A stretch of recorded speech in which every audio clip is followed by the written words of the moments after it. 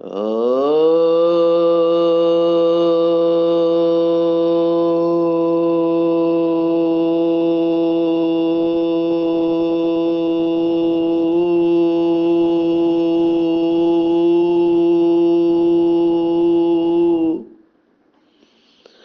शांति। आज 26 अगस्त 2022 भारत में शुक्रवार है। Today is 26th August 2022 and it's Friday in India। आज की मुरली का जादुई रहस्य स्वयं को प्रेरणा देने के लिए magical secrets of today's murli for motivating the self. बहुत अच्छे अनुभव फीडबैक बाबा के बच्चे दे रहे हैं। पूरे भारत में सेवा के लिए जाना होता है। वर्तमान समय बीदर कर्नाटक में है, कुछ समय पहले तेलंगाना संगारेड्डी में थे। तो जहाँ जाते हैं वहाँ कुछ ना कुछ भाई बहनें मिलते हैं, अपने पुरुषार्थ के बारे में बातें करते हैं। खास करके ये सीक्रेट्स ऑफ मुरली सुनते हैं। कई माताएं किचन में खाना बनाते समय सुनते हैं, कई गाड़ी चलाते वक्त सुनते हैं, कई ऑफिस में सुनते हैं, कई क्लास में सुनते हैं। और इसके ऊपर फिर कमाल है उनका, जो इसके ऊपर फिर चिंतन करते हैं ग्रुप में और अपना चार्ट रखते हैं। तो बहुत खुशी होती है ऐसे श्रेष्ठ पुरुषार्थी बाबा के बच्चों के अनुभव सुनते हैं।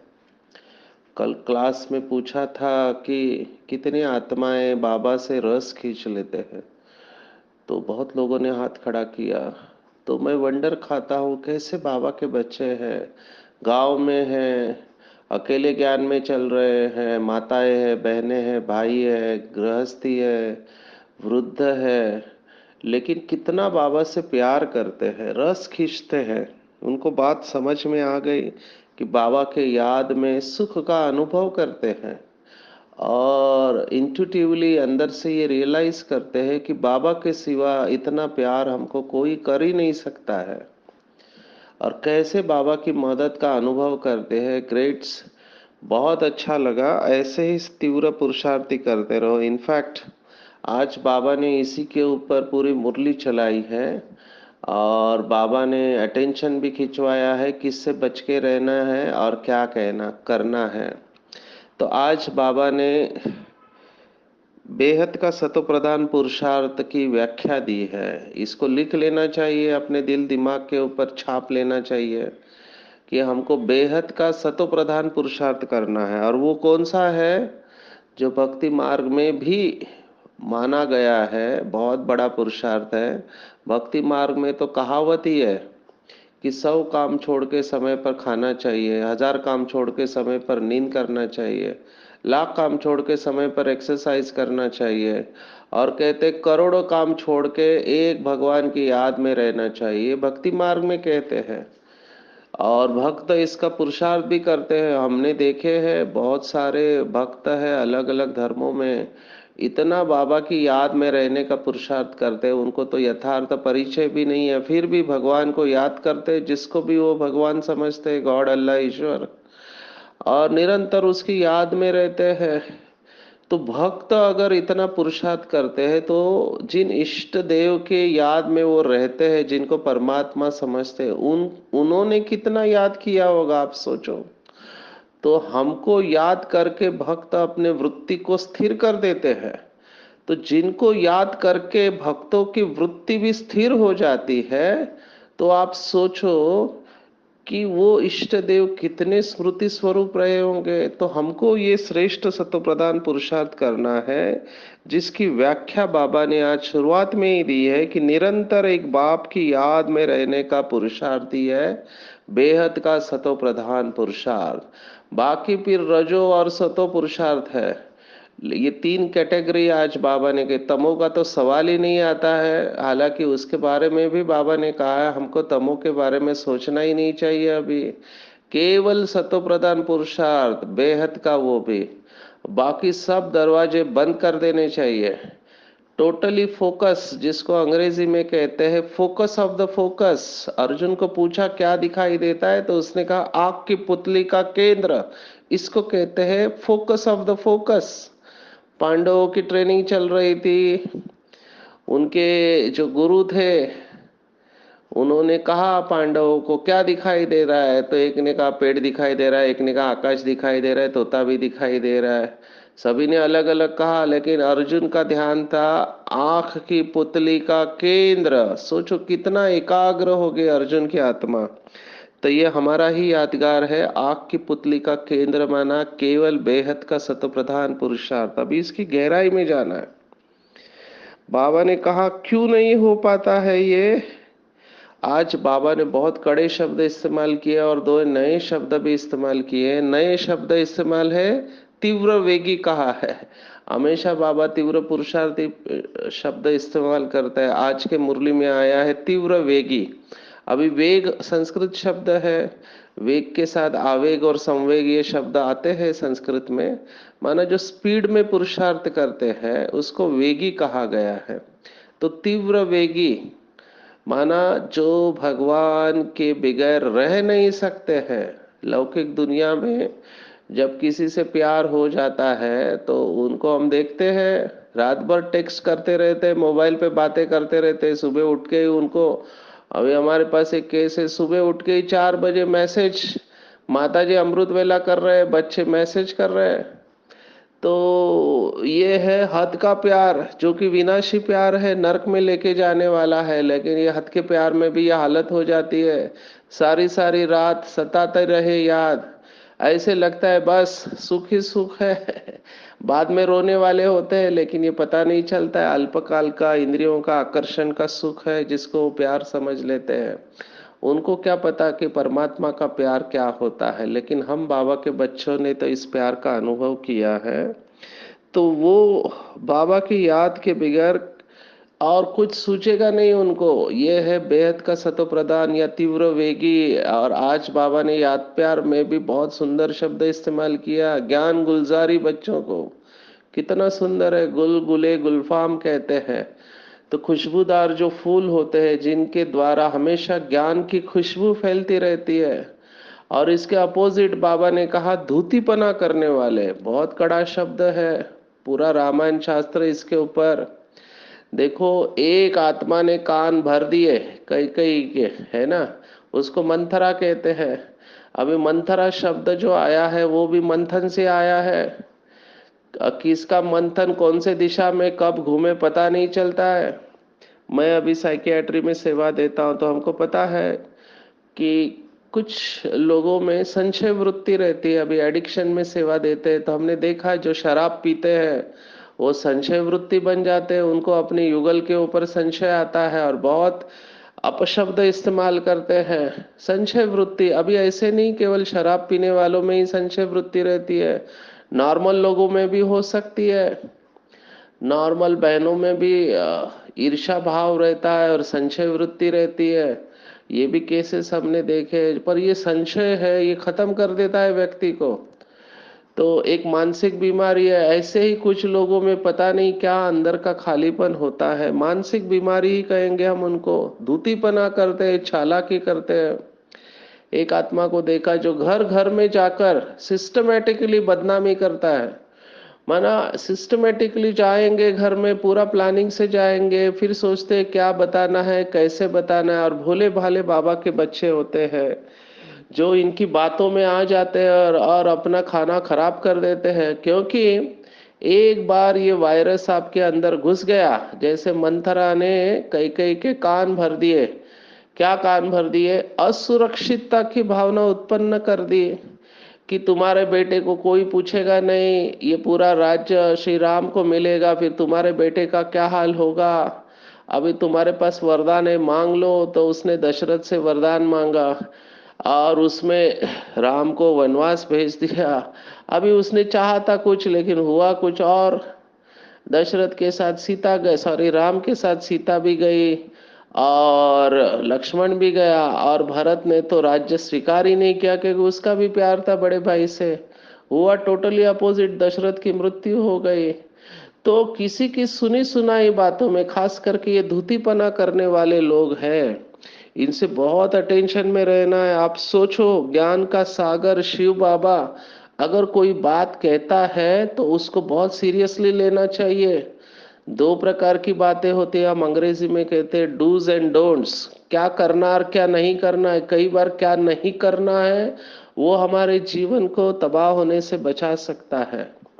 लौकिक में देखो, वो भक्ति मार्ग में कहते हैं कि एक अमृत है और एक जहर है। अमृत में अगर जहर का एक बूंद भी गिर जाए तो भी वो अमृत वो जहर बन जाता है। आप सोचो कितना पावरफुल होता है ये जहर। जैसे बताते हैं ना, दूध में नींबू की एक बूंद भी गिर जाए तो दूध फट जाता है। ऐसे ही ये जो धूती कल्पना करने वाले लोग हैं, बाबा ने इनके लिए कड़ा शब्द आज इस्तेमाल किया है और कहा, अगर कोई आपके पास आता है और किसी की निंदा कराता है, कोई भी टीचर है, भाई है, बहन है या यज्ञ की, तो समझना चाहिए कि वो आपका दुश्मन है। अंडरलाइन करें इस बात को, मुझे ये बात बहुत इंपॉर्टेंट लगी कि कोई आपके पास आकर किसी की निंदा कराता है, धूतीपना करता है, आपके कान भरता है, तो वो आपका दुश्मन है। और ऐसे लोगों का संग नहीं करना चाहिए। स्पष्ट बाबा ने कहा, hear no evil, see no evil. हाथ जोड़ना चाहिए और ऐसे लोगों को अवॉइड करना चाहिए। हर जगह पे मैंने देखे, एक दो होते हैं जो नाराज होते हैं। अभी नाराज होना अलग बात है और वायुमंडल को बिगाड़ना अलग बात है। कितने हमने देखे। आज बाबा ने स्पष्ट कहा है, कामी और क्रोधी लोगों का संग नहीं करना चाहिए, क्योंकि वो आपके अंदर पॉइजन भर रहे हैं और पॉइजन वाला व्यक्ति जिंदा नहीं रह सकता। अब केवल ये लोग ही नहीं होते हैं, इंटरनेट इंटरनेट पे, यूट्यूब पे कई वीडियो होते हैं, वो भी यही काम करते हैं। मैं अभी कितने उदाहरण दे सकता हूँ। दो धर्मों के बीच में झगड़ा लगाना, दो जाति के बीच में झगड़ा लगाने वाले होते हैं। तो कई बाबा के बच्चे इन बातों में भी आ जाते हैं, जबकि बाबा ने कहा कि मैं गुजराती हूँ, मैं मराठी हूँ, मैं सवर्ण हूँ, मैं अवर्ण हूँ। ये सब देह अभिमान है, इसमें जाना ही नहीं चाहिए। केवल बाबा और बाबा की मुरली, इसमें ही बुद्धि लगानी चाहिए। बाकी ये कर्मों की गति गुह्य है। बाबा ने कहा, ऐसे बच्चे जो भूले करते रहते, गफलत में रहते हैं, वो बाबा का नाम बदनाम करते रहते हैं। सभी को उनसे नफरत आती है और वो गोल्डन एज में डेफिनेटली नहीं पहुंचेंगे, बहुत कड़े सजा की भागी बनेंगे। देखो, बाबा को ये कड़े शब्द क्यों इस्तेमाल करना पड़ रहा है। बाबा हमेशा प्यार से बोलता है, लेकिन कई बच्चे होते प्यार की भाषा समझते ही नहीं है, तो आखिर में बाबा को ऐसे शब्द इस्तेमाल करना पड़ रहा है। तो हमको बहुत बहुत संभाल के चलना चाहिए। भक्ति मार्ग में इसके ऊपर कहानियों के ऊपर कहानियां है। संग तारे कुसंग बोरे, या संगति संग दोषाहा। अंग्रेजी में तो इसके ऊपर कहावत बनी है। वो कहते हैं कि tell me the company of the person and I will tell you what sort of person that is. माना, आप मुझे उस व्यक्ति की कंपनी बताओ, कौन से लोगों के साथ में रहते हैं, तो मैं आपको बता दूंगा कि वो किस प्रकार का व्यक्ति है। तो ये झरमुई झगमुई, माना इधर उधर की बातें सुनाकर कान भरने वाले और हमारी अवस्था खराब करने वाले, ऐसे लोगों को दुश्मन समझना चाहिए और केवल उन्हीं आत्माओं का संग करना चाहिए जो बाबा और बाबा की बातें यथार्थ रूप में सुनाते। अभी मुरली का इंटरप्रिटेशन भी बहुत इंपॉर्टेंट है। कई लोग तो मुरली का अर्थ भी उल्टा सुल्टा अपने फायदे के अनुसार सुनाते हैं। तो ऐसे लोगों से भी समझ के रहना चाहिए, पर क्या कर सकते हैं, बहुत सारे भोले बाबा के बच्चे हैं, वो भी इन बातों में आ जाते हैं। तो ऐसे समय पर जो वरिष्ठ है, बहुत पुराने हैं, बाबा के निमित्त बच्चे हैं, उनको क्लैरिफाई करना चाहिए। और नहीं होता है वहां से भी, तो बाबा को चिट्ठी लिख के छोड़ देना चाहिए। बाबा के शब्दों को जैसे कि वैसा लेना चाहिए। तो ये धारणा की बातें आज के मुरली में आई, मुझे लगा ये बहुत इम्पोर्टेंट है। जो भी मेरे पास कंप्लेंट लेके आते हैं, मैं उनको एक ही बात कहता हूँ, मुरली पढ़ी क्या? अच्छा, मुरली में कौन सी बात अच्छी लगी? आप कौन सी बातों के ऊपर अटेंशन रखेंगे? उनका फोकस ही बदल देते हैं, क्योंकि वो आते हैं कंप्लेंट लेके, मुझे पता है कचरा निकालने वाला है, किसी से नाराज होते हैं, किसी के पुरुषार्थ से डिस्टर्ब रहते हैं। मैं उनको बाबा और बाबा की बातें सुनाता हूँ, तो वो कहते कि आप मेरी बात समझ ही नहीं रहे। मैंने कहा वही तो मैं चाहता हूँ, मैं नहीं समझना चाहता हूँ, क्योंकि कर्मों की गति है। अगर कोई गलती करता है तो उसको अपने कर्मों का फल अवश्य मिलना है। आज बाबा ने जैसे कहा ना, वो गोल्डन एज में पहुंच ही नहीं पाएंगे, राजधानी बन रही है। तो किसी की गलती को देखकर अपनी अवस्था खराब नहीं करनी चाहिए। अंडरलाइन करें इस बात को। कोई अगर बाबा का बच्चा बनकर ऐसा कर्म करता है जो नहीं करना चाहिए, तो वो उसका कर्म उसके साथ जाएगा। हम अपनी अवस्था क्यों खराब करते हैं? अंग्रेजी में कहावत है, anger is punishing your self for someone else mistake. क्रोध माना दूसरे की गलती की सजा स्वयं को देना। या इसके बारे में और भी कहा है कि आप पॉइजन पीते हो और सोचते हो कि दूसरा मर जाए, ये कैसे संभव है? जो भी निगेटिव थॉट्स और वेस्ट थॉट्स हम क्रिएट करते हैं, वो हमारे मन की धरनी पर ही गिरेंगे। उसके जो फल है, वृक्ष है, जो भी हमारे मन की धरनी पर ही उगेगा। तो किसी के बारे में निगेटिव और व्यर्थ सोचने से हमारा चित्त मैला होता है, फिर हमारा योग नहीं लगेगा। इसलिए बेहद का सतो प्रधान पुरुषार्थ अगर करना है, तो ऐसी बातों को देखते हुए नहीं देखना है, सुनते हुए नहीं सुनना है, बहुत अटेंशन रखना है। इसी की वजह से मुझे लगता है बहुत टाइम लग रहा है। और जो तपस्वी योगी आत्माएं हैं, वो देखते हुए नहीं देखेंगे। ये कई लोग पूछते हैं मुझे कि देखते हुए नहीं देखना माना क्या है? दिखाई दे रहा है और आप कहते हैं देखते हुए नहीं देखो। तो उसका भाव यह है कि जिस गांव में आपको जाना ही नहीं है, उसके बारे में आप सोचेंगे नहीं, फुल स्टॉप लगाएंगे। और अगर आप अंदर से भरपूर है, तो आपके अंदर से गुस्से के बजाय रहम का भाव आएगा, रहम का भाव आएगा। और अगर आप अच्छे योगी है, तो केवल शुभ भावना, और कोई भी भावना आ नहीं सकती है। अगर आती है तो समझने का कि मुझे और पुरुषार्थ करना है, अपने आप को ज्ञान से श्रृंगार करना है। आज बाबा ने पियर घर ससुर घर के बारे में कहा है कि कन्या ससुर घर जाकर जेवर आदि पहनती है और उसे सुख समझती है। तो बाबा ने कहा पियर घर आज इधर का भी कहा है, क्योंकि शिव बाबा भी आते हैं, ब्रह्मा बाबा भी आते हैं। वैसे पियर घर शांति धाम होता है और सुख धाम है ससुर घर। तो उसके लिए बाबा ने कहा अविनाशी ज्ञान रत्नों की धारणा करनी है। 21 जन्मों के लिए झोली भर जानी चाहिए, लेकिन इतना तीव्र वेगी नहीं है। तीव्र वेगी होते हैं वही एक भी सेकंड, एक भी थॉट, एक भी संकल्प वेस्ट नहीं करेगा। केवल बाबा और बाबा की सेवा, इसके बगैर और वो कहीं पर भी नहीं जाएगा। ऑटोमेटिकली ये आत्मा जैसे संपूर्णता की तरफ जाती है तो डिटैच होने लगती है। तो चेक करना चाहिए कि क्या मैं ऊंचते ऊंच पुरुषार्थी हूँ। ऊंचते ऊंच पुरुषार्थी, ये भी आज की मुरली में शब्द आया है। बाबा ने कहा ऊंचते ऊंच पुरुषार्थी उसे कहते हैं जो सदैव बुद्धि में एक बाप को ही याद रखते हैं, क्योंकि सबसे ऊंचते ऊंच बाप ही रहते हैं, है ना। तो आज गुरु शिखर की बात कही, गुरु शिखर बाबा ने कहा परम धाम, क्योंकि सबसे टॉप पे परम धाम है और वहां पे शिव बाबा रहता है।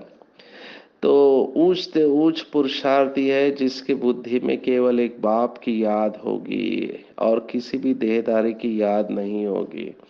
वैसे तो सब नंबरवार है, रुद्रमाला भी नंबरवार है, लेकिन बाबा ने कहा कि तुमको सतो प्रधान तीव्र पुरुषार्थ करना है। जैसे मम्मा बाबा ने पुरुषार्थ किया, और आज बाबा ने विशेष माताओं को याद किया। माता शक्ति अवतार गाया जाता है, सेना भी कहा जाता है, क्योंकि देखा गया है, मैं अभी हर सेंटर पर जाता हूँ, क्लास जब रखते हैं बीके का, तो देखते हैं मेजॉरिटी माताओं बहनों की है। भाई है लेकिन कम है। तो ये माताओं बहनों ने बाबा को पहचाना है, क्योंकि भावना होती है तो भावना में ही भगवान समझ में आता है, हालांकि भावना कभी कभी नुकसान भी कर देती है। तो भावना और विवेक का संतुलन चाहिए, लेकिन कहने का भाव है कि माता शक्ति अवतार है। सन्यासियों की बात कही है। देखो, सन्यासी जो ब्रह्म योगी होते हैं वो भी इतने वैरागी होते हैं कि जब शरीर छोड़ते हैं, क्योंकि बाबा को ये वाइब्रेशन आते थे, जब कोई सन्यासी ने शरीर छोड़ा है तो सन्नाटा छा जाता है चारों तरफ, क्योंकि ब्रह्म के साथ योग है और ब्रह्म में शांति धाम है। किसी ने मुझे सवाल पूछा कि मैं मुक्ति में जा सकती हूँ क्या? मैंने कहा जा सकते हैं, अपने पार्ट को पूरी तरह से क्लियर कर दो। अपना पूरा पार्ट जो है आत्मा में रिकॉर्डिंग है उसको क्लीन कर दो, आप ज्यादा से ज्यादा समय मुक्ति धाम में रहेंगे। करो पुरुषार्थ थ्योरी के अनुसार। अगर आप ये पुरुषार्थ करते हैं तो बाबा ने जैसे कहा ना, लंबे समय तक परम धाम में रहते हैं, आखिरी में 1 या 2 जन्म लेते हैं तो वो मुक्ति में ही रहेंगे। तो ऐसे ऐसे प्रश्न पूछते हैं, हर एक की बुद्धि अपने अनुसार काम करती है, हर एक का लक्ष्य अलग होता है। और पिछाड़ी में बाबा ने कहा है कि पिछाड़ी में क्या क्या होने वाला है। 2 बातें होने वाली है। एक तो अतीन्द्रिय सुख, जो गायन है शास्त्रों में, वो अतीन्द्रिय सुख में रहेंगे। जो आदि में हुआ वो अंत में होने वाला है। आदि में साक्षात्कार की धूम होगी। पिछाड़ी में जो भी बाबा के बच्चे बचेंगे तो वो निरंतर साक्षात्कार करते रहेंगे, सतयुग का परम धाम का साक्षात्कार। बाबा की याद में रहेंगे। जैसे शुरुआत में कृष्ण का साक्षात्कार होता था, वैसे अंत में सभी को परम धाम और सतयुग का साक्षात्कार होगा। तो अतीन्द्रिय सुख का अनुभव करेंगे। लेकिन साथ में बाबा ने ये भी कहा है कि तुमको पता पड़ जाएगा कि किस किस ने कितना पुरुषार्थ किया और क्या पद पाएंगे। पिछाड़े में समझेंगे जब तक पुरुषार्थ कर गोल्डन एज तक पहुंच जाएंगे। जो नहीं पहुंचते हैं, जो गोल्डन एज तक नहीं पहुंचते, बाबा ने कहा वो सजा खाते हैं। क्योंकि कयामत का समय है ना, विनाश का समय है, डूम्स डे कहा हुआ है। तो ये समय पर सजा भी वही खाते हैं जो गोल्डन एज तक नहीं पहुंचते हैं, क्योंकि हिसाब किताब चुकतू कर जाना है। और 2 प्रकार से कर सकते हैं। बाबा ने मुरली में बहुत बार कहा, या तो प्यार से बदलो या फिर मार से। तो बाबा ने कहा बाबा के बच्चे ज्ञान और योग बल से हिसाब किताब चुकतू करना चाहिए। अगर नहीं किया, चढ़े तो चाखे वैकुंठ रस और विकार में गिर गए तो फिर उठना बहुत मुश्किल है। हम देख रहे हैं कई बाबा के बच्चे शुरुआत में बहुत नशे में चढ़े, लेकिन केवल सेवा ही करते रहे, अपनी कमजोरियों के ऊपर अटेंशन नहीं दिया, पैसे के पीछे भागे, काम विकार में गए, तो फिर बाबा ने कहा वो चढ़ नहीं सकते हैं। एक बार गिर गए तो टाइम लगता है। पर ये भी ब्राह्मणों का चार्ट ही बाबा ने आज कहा है। कभी चार्ट बहुत अच्छा रहता है, कभी फिर लगता है कि कोई ग्रहचारी है। मनसा में तूफान जरूर आएंगे। क्यों? क्योंकि कर्म किए हुए, वो कर्मों से बच नहीं सकते। किसी को सजा देने की जरूरत ही नहीं है। जो कर्म किया है वही सजा है। इशारा मिलता है समय समय पर, बाबा मुरलियों में या निमित्त आत्माओं के द्वारा इशारा देता है, लेकिन फिर भी श्रीमत में मरमत मिस करते हैं। और कैसे सोचते हैं, मुझे बहुत वंडर लगता है। अपने नियम बना लेते हैं, इतना तो चलता है, तुरंत संपूर्ण कोई बने, ये इतना तो चलता है ना, वहां आप मार्जिन रखते हैं माया को एंटर करने के। इतना तो चलता है, इतना कौन कर सकता है, सबसे तो होगा नहीं, सभी माला में आएंगे नहीं। ये है माया का आह्वान करना। द मोमेंट आपने अपने आप को ढीला छोड़ दिया, थोड़ा भी ढीला छोड़ दिया, जैसे बाबा ने कहा ना, आजकल के चोर है वो एसी डक्ट से भी घुस जाते हैं, जहां पे उनको मार्जिन मिला वहां से घुस जाते हैं। तो ऐसे संकल्प करना, इतना तो चलता है, कौन संपूर्ण बना है। धीरे धीरे लास्ट में संपूर्ण बनेंगे। मैं तो बाबा का ही हूँ, सब कुछ दे ही दिया है, कर ही रहा हूँ, चल ही रहा हूँ, सब कुछ कर रहे हैं, लेकिन आराम से कर रहे हैं। तो ऐसे आत्माएं माया का आह्वान करेंगे, उनको पता ही नहीं चलेगा, तीव्र वेगी से साधारण पुरुषार्थी और साधारण से आउट हो जाएंगे। तो अपने आप को ढीला नहीं छोड़ना है।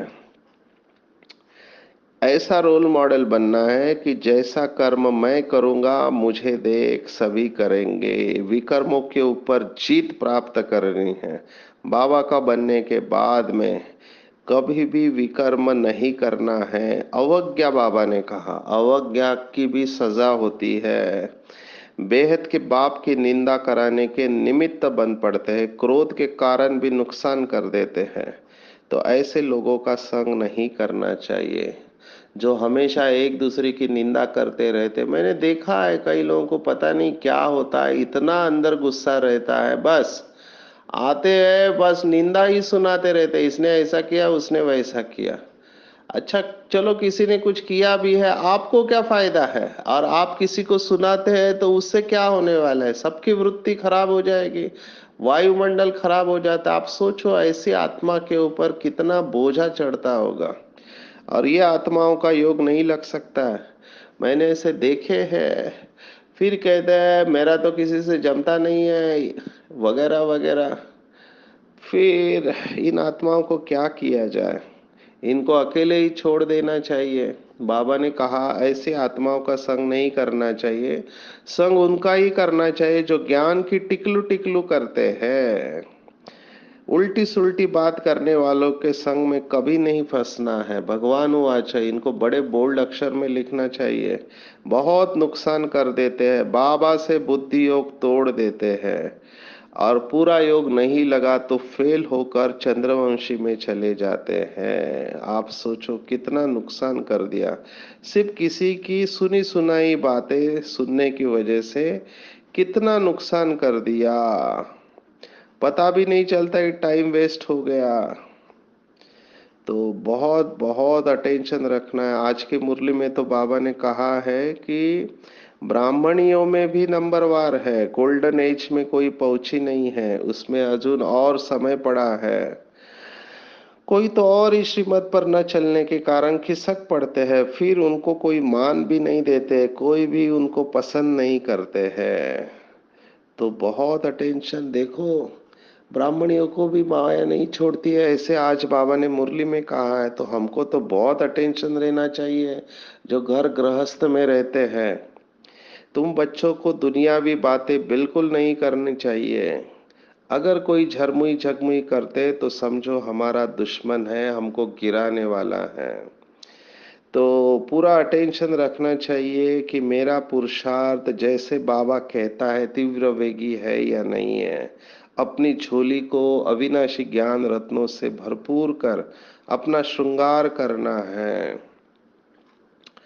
और बाबा ने कहा कि स्मृति स्वरूप बनो। ब्राह्मण जीवन में आदि से अब तक जो भी प्राप्तियां हुई है उनकी लिस्ट स्मृति में लाओ। सार रूप में यही कहेंगे कि अप्राप्त नहीं कोई वस्तु ब्राह्मण जीवन में, और ये सब जो प्राप्तियां बाबा से हुई है ये सब अविनाशी प्राप्तियां है, माना कभी खत्म नहीं होती है। जब इसकी स्मृति स्वरूप बनेंगे तो खुशी में उड़ते उड़ते मंजिल पर सहज ही पहुंच जाएंगे। और जिनको ये प्राप्तियों की खुशी रहती है वो हमेशा संपन्नता के कारण अचल रहते हैं, कभी हलचल में नहीं आते हैं। बहुत बड़ी बात है। तो आज दिन भर में इन प्राप्तियों की लिस्ट बनाएंगे और उनको बुद्धि में दौड़ाएंगे, और उसी नशे में और खुशी में रहेंगे कि बाबा मिला, सब कुछ मिला, स्वयं भगवान के द्वारा मेरा जन्म हुआ है, स्वयं भाग्य विधाता ने मेरा भाग्य लिखा है, स्वयं परमात्मा के द्वारा मैं नाम मान शान प्राप्त महान आत्मा हूँ। तो इस नशे में रहना चाहिए कि क्या क्या मिला हुआ है, और सिंधु बनना है, सागर बनना है, बिंदु स्वरूप बनने के लिए। मुझे याद है जगदीश भाई ने भी एक बार कहा था मुझे कि सचिन भाई, अगर बिंदु बनना है तो पहले ज्ञान में सिंधु बनना पड़ेगा। आज यही बात स्लोगन में आई हुई है कि बिंदु स्वरूप की स्मृति में रहने के लिए ज्ञान गुण और धारणा में सिंधु बनना है। जितना जितना ज्ञान गुण और धारणाओं की गहराई में जाएंगे उतना हम बिंदु स्वरूप में स्थित होते जाएंगे। तो आज पूरा दिन अटेंशन रखना है कि बेहद का सतो प्रधान पुरुषार्थ करना है, निरंतर एक बाप की याद में रहना है, और जो सर्विसेबल है, ज्ञान की टिकलू टिकलू करते उनके ही संग में रहना है। झरमुई झगुई करने वाले, धूतीपना करने वालों को अवॉइड करना है। अगर कोई इधर उधर की बातें, निंदा की बातें सुनाते हैं तो समझना चाहिए वो हमारा दुश्मन है। गोल्डन एज का पुरुषार्थ करना है और दिन भर में स्मृतियों की लिस्ट अपनी बुद्धि में रखकर खुश रहना है। अच्छा।